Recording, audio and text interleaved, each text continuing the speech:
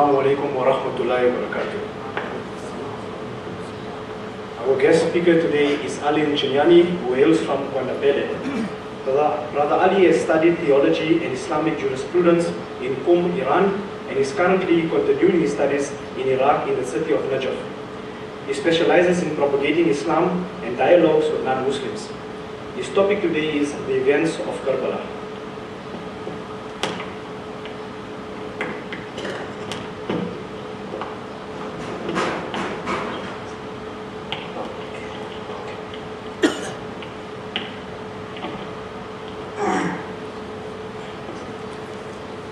أعوذ بالله السميع العليم من شر الشيطان اللعين الرجيم.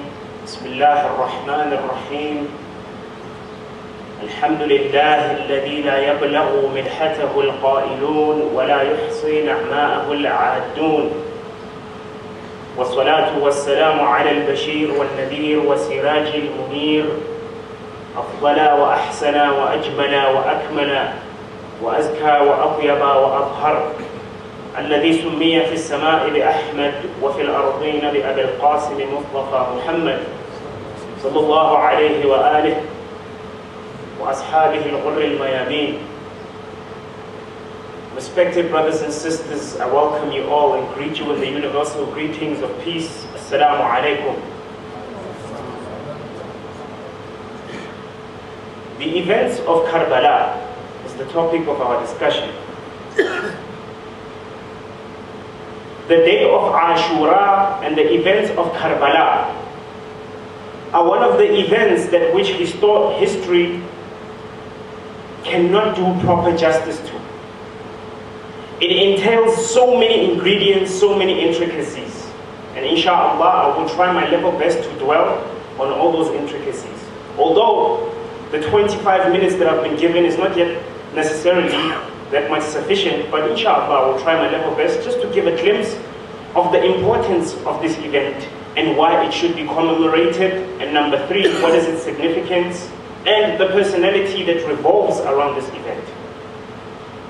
Before we enter into this discussion, we need to understand one thing, that on the day of Ashura and on the land of Karbala, Imam al-Hussein was slaughtered among his family and his companions and his friends and his followers, and himself was slaughtered in the land of Karbala. That is one thing that we do not doubt whatsoever, that Imam al-Hussein was killed. We do not doubt that whatsoever. History makes sure that that happened without a doubt. However, the question is this: why is it so important for us to understand or even dwell into this topic or even speak about it? Number 1, who is this personality named Imam al-Hussein? If we understand who is this personality, we will understand the significance of this topic. Imam al-Hussein, inshallah, I will try to just quote 2 ahadith from the Holy Prophet, and then after that I'm going to quote 2 verses of the Holy Quran to show who is Imam al-Hussein in these few minutes that I have. If you look, generally, according to Islamic tradition, there is a hadith that all ulama consider muttafaqun ala jami' al-muslimin. There is no doubt about this hadith. And that is what? Al-Hasan wal-Husayn sayyidi shabab ahli al-jannah. Hassan and Hussein are the leaders and the chiefs of the youth of Jannah. There is no doubt about that hadith whatsoever. No alim among the ulama doubts this hadith whatsoever. That is what? Imam al-Hussein has a certain significance in Jannah. He is not a member of Jannah only, but he is the leader of a certain group in Jannah. That is number 1. Number 2, there's another hadith that we know, where the Holy Prophet sallallahu alayhi wa alihi wa sallam says what? Hussein minni wa ana min al-Hussein. Ahabba Allahu man ahabba Husayna. Hussein is from me and I am from Hussein. He who loves Hussein, Allah loves him. Loving Hussein is automatically the love of Allah subhanahu wa ta'ala. This is another hadith that the ulama do not have doubt among themselves. These are just two ahadith that I want to quote. And then there are many ahadith, but I just wanted to quote two ahadith. Let us dwell on the verses of the Holy Quran. We see, for an example, in Surah Ash-Shura, chapter number 42, verse number 23 of the Holy Quran. Allah subhanahu wa ta'ala says what? Bismillah ar-Rahman ar-Rahim. O Prophet, قُلْ لَا أَسْأَلُكُمْ عَلَيْهِ أَجْرًا إِلَّا الْمَوَدَّةَ فِي الْقُرْبَى. There was a point in time, during the time of the Holy Prophet, when the Prophet was propagating Islam. Naturally, when you love somebody, you want to offer them gifts, isn't it? So people, the Sahaba radiallahu anhum, they wanted to offer gifts to the Holy Prophet. That what? Prophet, we appreciate you for the Islam that you taught us, for everything that you taught us. What can we give you? A verse of the Holy Quran was revealed, which is in chapter number 42, verse number 23 of the Holy Quran. Allah says what? Say, O Prophet, I do not ask of you any reward except love for my household. إِلَّا الْمَوَدَّةَ فِي الْقُرْبَى. That's it. That is the reward that Rasulullah wants from us. This is a verse of the Holy Quran. Another verse of the Holy Quran is in Surah Al-Ahzab, verse number 33. Allah subhanahu wa ta'ala says what? إِنَّمَا يُرِيدُ اللَّهُ لِيُذْهِبَ عَنْكُمُ الرِّجْسَ أَهْلَ الْبَيْتِ وَيُطَهِّرَكُمْ تَطْهِيرًا. Surely Allah wills that He wants to remove all forms of impurification from you, O household of the Prophet, and to keep you pure with a thorough purification. Ahlul Bayt, as we know, we might debate and say that are the wives part of Ahlul Bayt or the wives are not part of Ahlul Bayt. However, one thing is for sure, Al-Hussein is part of Ahlul Bayt. That is my point I want to emphasize. My focus is Imam Al-Hussein. Another verse of the Holy Quran that we have is what? Although according to, Sahih At-Tirmidhi, he says when this verse was revealed in Surah Al-Ahzab, the Holy Prophet was in the house of al-Mu'mineen, Salama. And the narrator of this hadith is al-Mu'mineen, Aisha. Aisha, she says what? She says when Salama was in her house, the Holy Prophet called Ali, called Fatima, called Hassan, and called Hussein. And he had a cloak on him, and he told them to enter inside his cloak. Then he said what? He said, Allahumma ha'ula'i ahl bayti wa khassati wa hammati. Oh Allah, these are my household. These are my Ahlul Bayt. It is reported in Sahih Tirmidhi that Salama radiallahu anha, when she wanted to enter in the cloak, Rasulullah said what? Anti ala makaniki wa anti ala khair. Oh my beloved wife, wherever you are in a righteous position. Meaning what? Meaning you are not a part of Ahlul Bayt. This is according to Sahih Tirmidhi, although this is another interpretation. Another verse of the Holy Quran is what? Is the verse where Allah subhanahu wa ta'ala says what? We read this verse very frequently. إِنَّ اللَّهَ وَمَلَائِكَتَهُ يُصَلُّونَ عَلَى النَّبِيِّ يَا أَيُّهَا الَّذِينَ آمَنُوا صَلُّوا عَلَيْهِ وَسَلِّمُوا تَسْلِيمًا. Oh, you who surely Allah and His angels send salutations upon the Prophet. O you who believe, send salutations upon him with a thorough salutation and peace. The companions, the Sahaba, they asked the Holy Prophet ﷺ, O Prophet, كيف نصلي عليكم? O Prophet, how do we make salawat upon you? How do we say Allahumma salli upon you? The Prophet said, لا تصلوا علي صلاة البتراء. Do not send a salawat upon me that is what? That is futile, batra, or that is incomplete. The Holy Prophet said what? They asked, the companions asked, how should we make salawat? Durood al-Sharif, like we call it, isn't it? How do we make durood? And the Prophet said, قولوا اللهم صل على محمد وعلى آل محمد كما صليت على إبراهيم وآل إبراهيم إنك حميد مجيد. O Allah, send salutations upon Muhammad and the household of Muhammad, as you sent salutations upon Ibrahim and the household of Ibrahim. اللهم بارك على محمد وعلى آل محمد كما باركت على إبراهيم وآل إبراهيم إنك حميد مجيد. And there is no doubt that what? That Imam al-Hussein is amongst Ali Muhammad. There is no doubt about that whatsoever. And that is why we find in the Holy Quran, or some of the ulama, like Imam al-Shafi'i, rahimahullah, he has a very beautiful quote and a poetic composition. What does he say? He says, Ya Ahl Bayt al-Rasul, حبكم فرض من الله في القرآن وأنزله. كفاكم من عظيم الفخر أنكم من لم يصلي عليكم لا صلاة له. Imam Shafi'i says what? O household of the Prophet, love for you is compulsory and obligatory. It's farad. And Allah mentions it in the Holy Quran.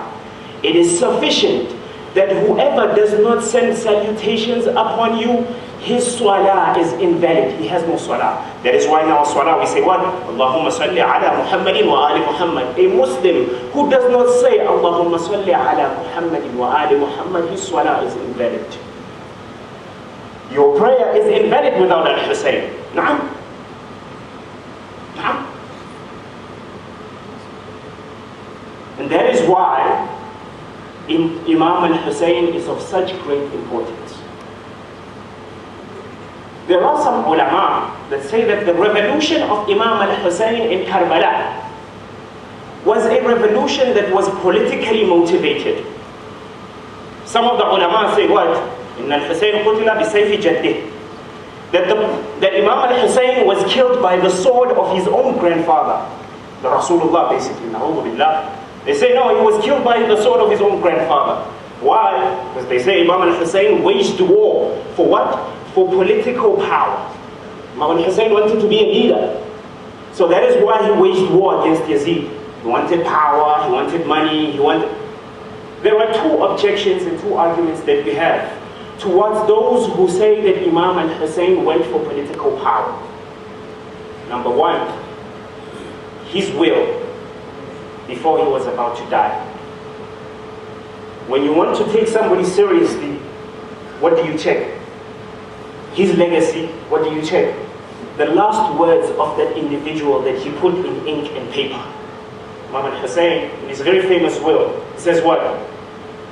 لم أخرج أشرا ولا بطرا ولا مفسدا ولا ظالما. I have not revolted against anybody out of pride. ولا بطرا, vainly. ولا مفسدا, out of corruption. ولا ظالما, and unjustly. Then what did he say? He says, إنما, this is how he explains his uprising and his revolution. خرجت لطلب الإصلاح في أمة جد رسول الله صلى الله عليه وسلم. I have made an uprising and a revolution by following and by making a reformation in the nation of my grandfather Rasulullah sallallahu alayhi wa sallam. That is the purpose of the revolution. Then he said what? He said, whoever is with me and Allah will reward him. Whoever is against me, then Allah will judge him. That is the revolution. That is number one. The second objection to those people who say that Imam al-Hussein's revolution was what? Was politically motivated, is what? The response is this.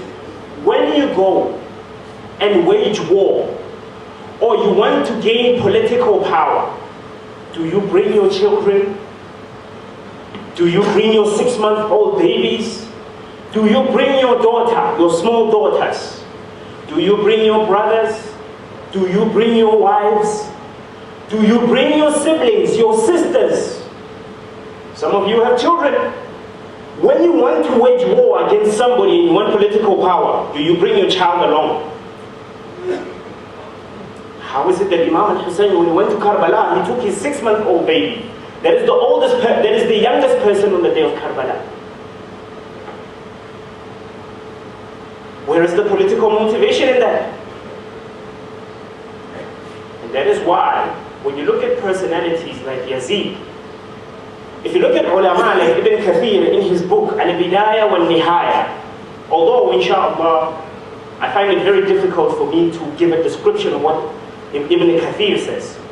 Ibn Kathir, when he describes Yazid, you know, we're in the masjid, and I would like to apologize to everybody for mentioning all of this, but it's of great importance for us to know who really Yazid was. Ibn Kathir says what? He says that a day did not pass when Yazid was not intoxicated.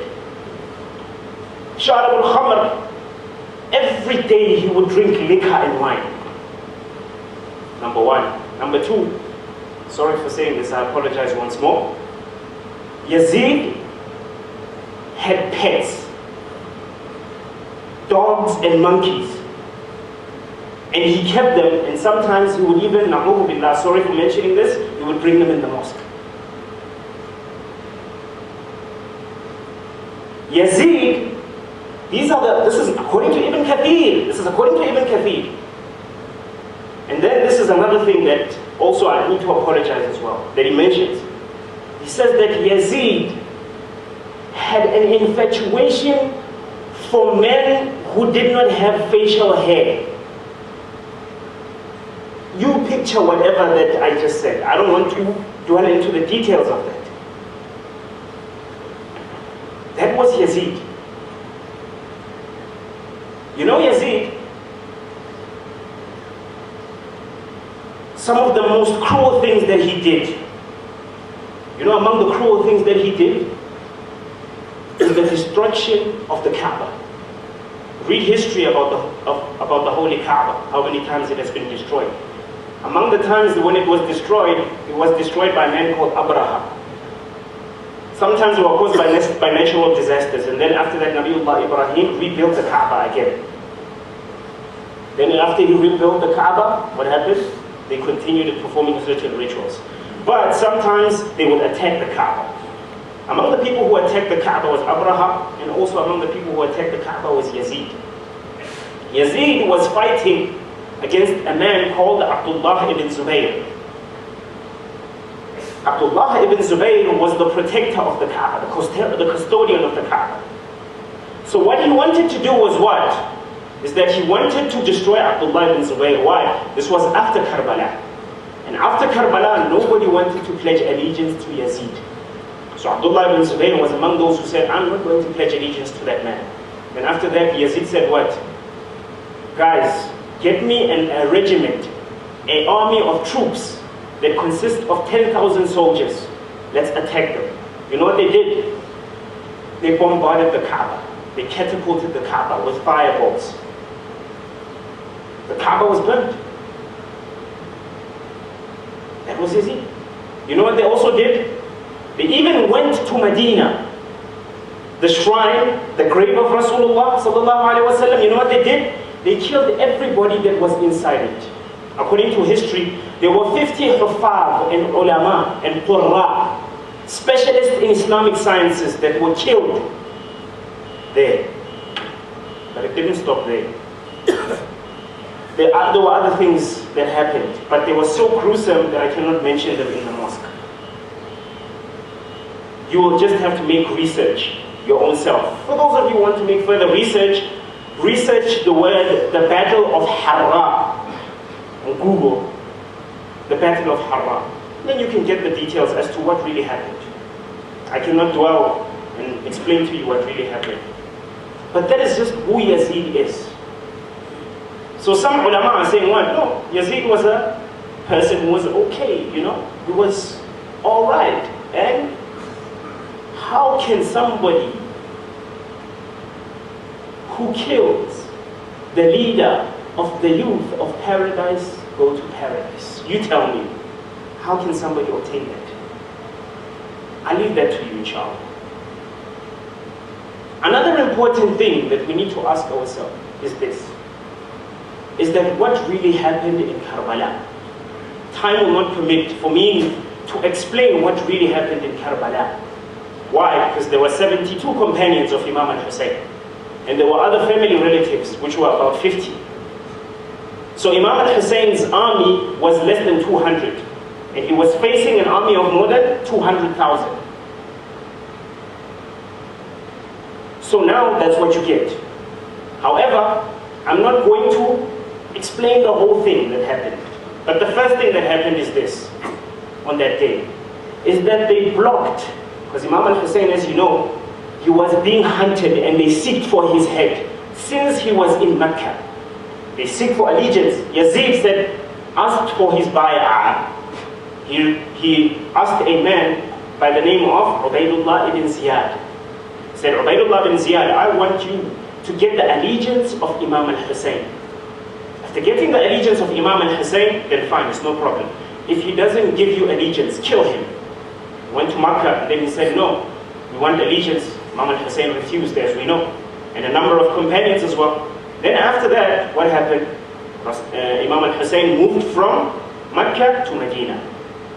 From Medina, he went towards Iraq, towards a place called Kufa. When he reached Kufa, he heard of certain individuals that were in Kufa. He sent his representative to Kufa, and then his representative also got killed. Then Imam al-Hussein had no other option but to go to Karbala. When he reached to Karbala, what happened is that the army and the troops of Yazid, they did what? They blocked the water from Imam al-Hussein. Because Karbala is what? Is in the river Euphrates. In the river Euphrates, they blocked the way for Imam al-Hussein to access water. Imam al-Hussein and his family and his companions stayed for 3 days and 3 nights without water. Imam al-Hussein, the leader of the youth of paradise, was killed without a drop of water. He died thirsty. That is what happened. First thing that happened, they blocked the water from Imam al-Hussein. The second thing that happened is what? Is that all the people who were with Imam al-Hussein were killed. Imam al-Hussein brought all his children except for one child. That one child was called Fatimatul Alila. She was sick, that's why she's called Alila, and she could not make it to Karbala. But Imam al-Hussein had 3 sons. First son was called Ali al-Akbar. Second son was called Ali al-Awsat. Third son was called Ali al-Asghar. Ali al-Asghar was 6 months old. Ali al-Awsat was 25 years old. And Ali al-Akbar was 27 years old. One of them made it alive. And the reason why he remained alive is because he was sick. And that was Ali al-Awsat, or known as Zainul Abidin. He was the only one that made it alive.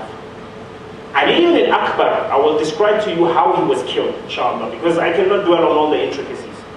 Ali al-Akbar, when he was killed, according to reports, you know, Imam al-Hussein, when he used to describe Ali al-Akbar, you know what he used to say? He says, "Inna hada shab ashbah an-nas khalqan wa khulqan wa mandaqan lil-rasul." They say that Ali al-Akbar, nobody resembled Rasulullah more than him. In his speech, in his face, and in his walking, and in his behavior. They say his complexion, his smile, whenever they would see his smile, they would remember Rasulullah. Allahu Akbar. That is how beautiful he was. He was such a handsome young man. It is reported that what did they do with Ali al-Akbar? He was also a warrior like Rasulullah. You know, Rasulullah was Badr, like they say. He was a powerful man, was a warrior. So when he fought in the battle of Karbala, you know what they did when they killed him?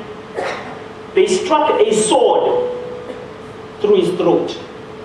After they did that, what did they do? They took a spear. You know a spear? They placed it in his heart. They struck it in his heart. After they struck it in his heart, they broke the handle of the spear, so that when Imam al-Hussein was approaching and wanted to help his son, so that he wouldn't be able to take out the spear. That is Ali al-Akbar.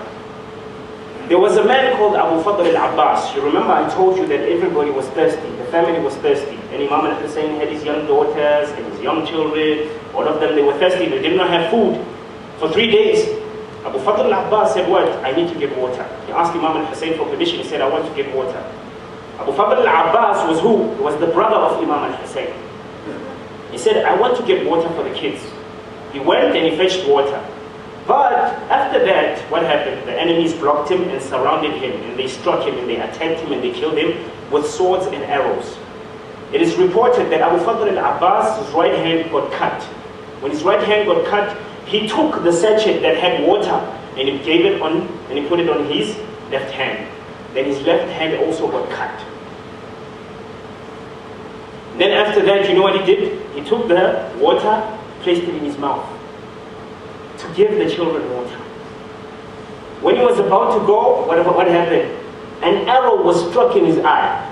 He was still on his horse when he was fighting. He was still on his horse. So what happened is this, is that he got struck in his eye. When he got struck in his eye, what happened is that they kicked him and he was about to fall. And when he was about to fall like this, from his front. But now he does not have hands. He has an arrow in his eye. How will he fall down? That was Abu Fadl al-Abbas. That is how it's going. Imam al-Hussein came to him. Then after that, he said, oh my brother, come meet me. Come help me. It is reported that Imam Abu Fadl al-Abbas said what? Do not take my body to the young children. Why? Because I am ashamed that if they look at me, that I wasn't able to give them the water to quench their thirst. Abu Fadl al-Abbas, inshallah, time is against us, but inshallah we'll wrap it up now. Among the other individuals that was killed was his 6-month-old baby.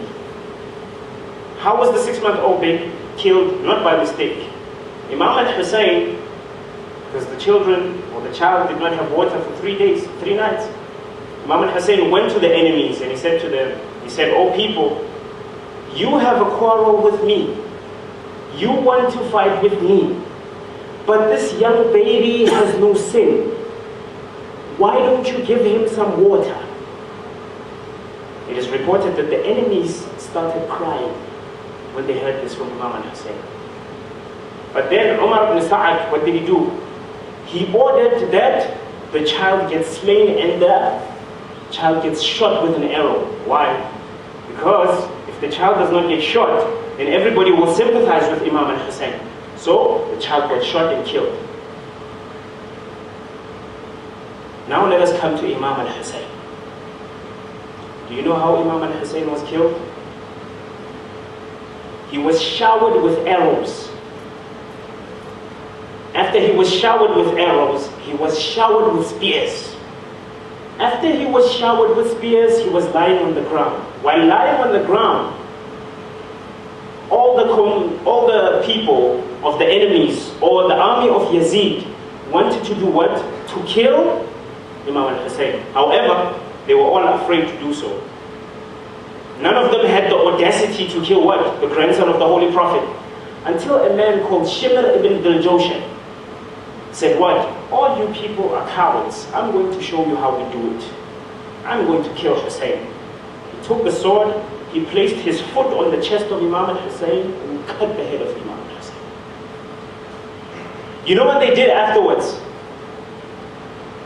They took the heads of all the martyrs that were slain in Karbala and they placed them on spears. They took the head of Imam al-Hussein, they placed it on a spear. They took the head of Abbas, they placed it on a spear. All of them, they placed them on spears, their heads. And what they were doing is that they were celebrating throughout the city that they have killed the grandson of the Holy Prophet. What did they do with the 6-month-old baby? You know what they did with the 6-month-old baby? They placed the 6-month-old baby in the spear. They also lifted the 6-month-old baby. Pray that Allah subhanahu wa ta'ala makes it easy for all of us, inshallah. I apologize sincerely for taking much of your time, but this topic is a topic that is very detailed and a very emotional topic. But I pray that everybody makes the relevant research in order to find out what really happened on that day of Ashura, inshallah. At the end of the day, this is just my research and my opinion. But the research also lies with you. You have to research.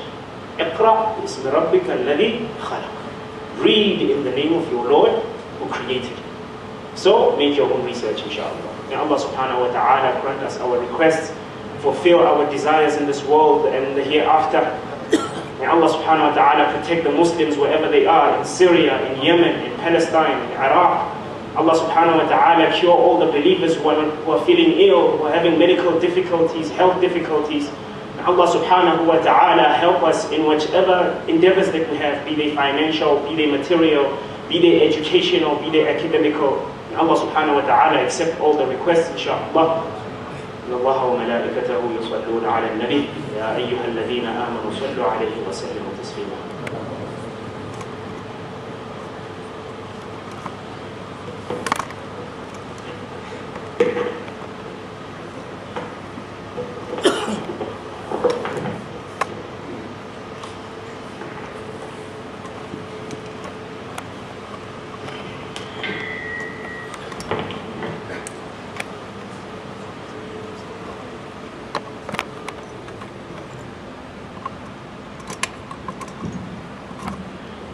أعوذ بالله من الشيطان الرجيم بسم الله الرحمن الرحيم إن الله وملائكته يصلون على النبي يا أيها الذين آمنوا صلوا عليه وسلموا تسليما اللهم صل وسلم وبارك على سيدنا محمد وعلى آله وصحبه وبارك وسلم.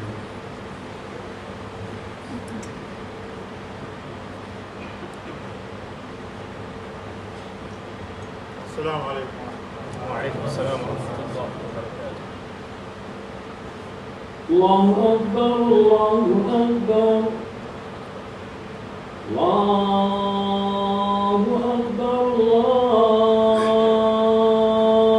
أكبر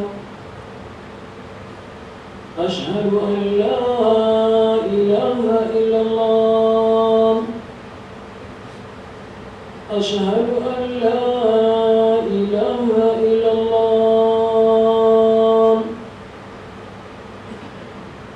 أشهد أن محمدا رسول الله أشهد أن محمدا رسول الله حي على الصلاة حي على الصلاة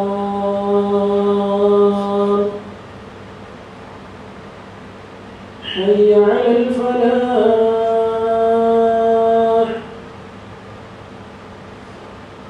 حي على الفلاح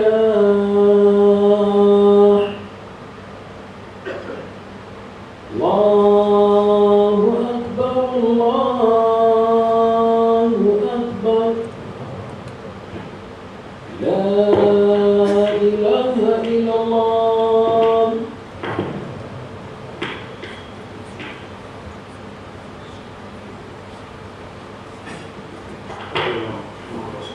الحمد لله رب العالمين والعاقبة للمتقين ولا عدوان إلا على الظالمين وأشهد أن لا إله إلا الله وحده لا شريك له وأشهد أن سيدنا محمدا عبد الله ورسوله بلغ رسالة وأدى الأمانة ونصح الأمة وكشف الأمة وجاهد في سبيل الله حق جهاده حتى أتاه اليقين اللهم صل وسلم وبارك عليه أفضل الصلاة وأعظم التسليم. أما بعد، يقول ربنا سبحانه وتعالى في القرآن الكريم: واتقوا فتنة لا تصيبن الذين ظلموا منكم خاصة واعلموا أن الله شديد العقاب. الله سبحانه وتعالى يقول في سورة الأنفال: واتقوا فتنة لا تصيبن الذين ظلموا منكم خاصة واعلموا أن الله شديد العقاب.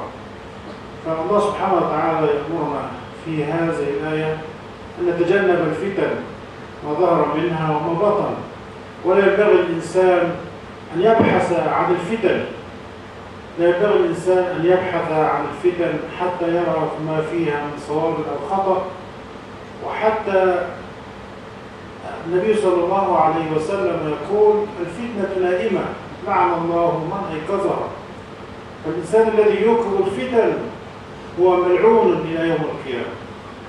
فالنبي صلى الله عليه وسلم حذرنا الفتنة النائمة لعن الله من أيقظها، فلا ينبغي الإنسان أن يوقظ هذه الأمور ولا أن يتحدث فيها. وسئل الإمام ابن تيمية عن هذه الفتنة التي حدثت بين المسلمين، قال تلك فتنة طهرنا الله منها فلا ينبغي أن نلوث بها ألسنتنا. نسأل الله سبحانه وتعالى أن نكون من أهل الحق وأن نكون من أهل الصراط المستقيم، صراط الله العزيز الحميد، ألا له ما في السماوات والأرض، ألا إلى الله تصور الأمور، وفي كل يوم جمعة ساعة تستجاب فيها الدعوات وله يستجيب.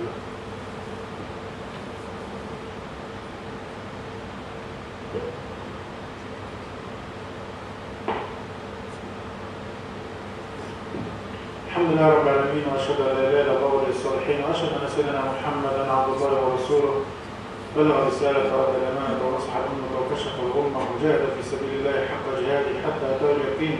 اللهم صل وسلم وبارك عليه افضل صلاه واعظم تسليم. اما بعد، يقول ربنا سبحانه وتعالى في القران الكريم: الا لعنه الله على الظالمين، الا لعنه الله على الكاذبين، ألا لعنة الله على القاتلين.